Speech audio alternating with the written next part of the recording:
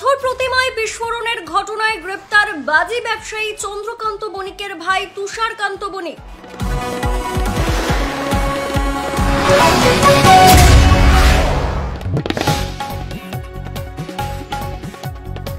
কিছুদিন আগেই দক্ষিণ 24 পরগনা জেলার ঢোলাহাটের দক্ষিণ রায়পুর গ্রাম পঞ্চায়েতের তৃতীয় ঘেরিতে একটি বাড়িতে মজুদ আতশবাজিতে বিস্ফোরণ। মৃত ওই পরিবারের 8 জন।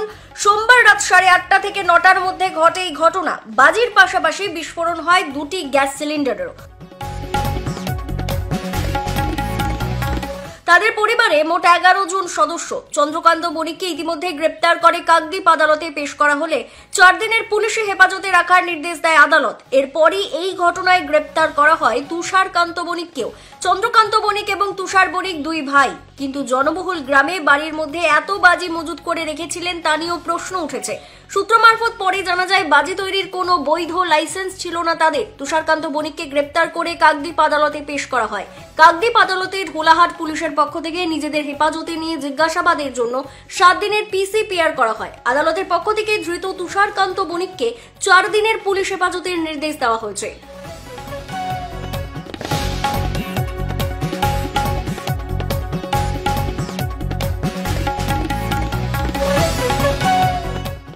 পাথর প্রতিমা থেকে মুন্না সর্দারের রিপোর্ট, কাকদ্বীপ.com।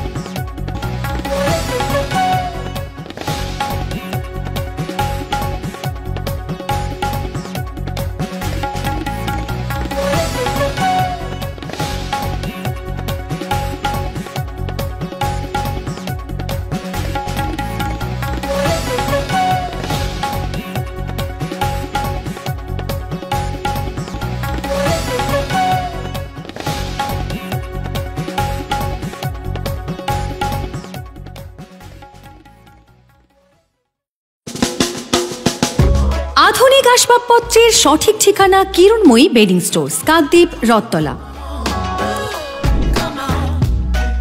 মনোরম পরিবেশে চাইনিজ খাবার ও জমিয়ে আড্ডা পারগোলা প্যারাডাইস, অমর টকিজের বিপরীতে।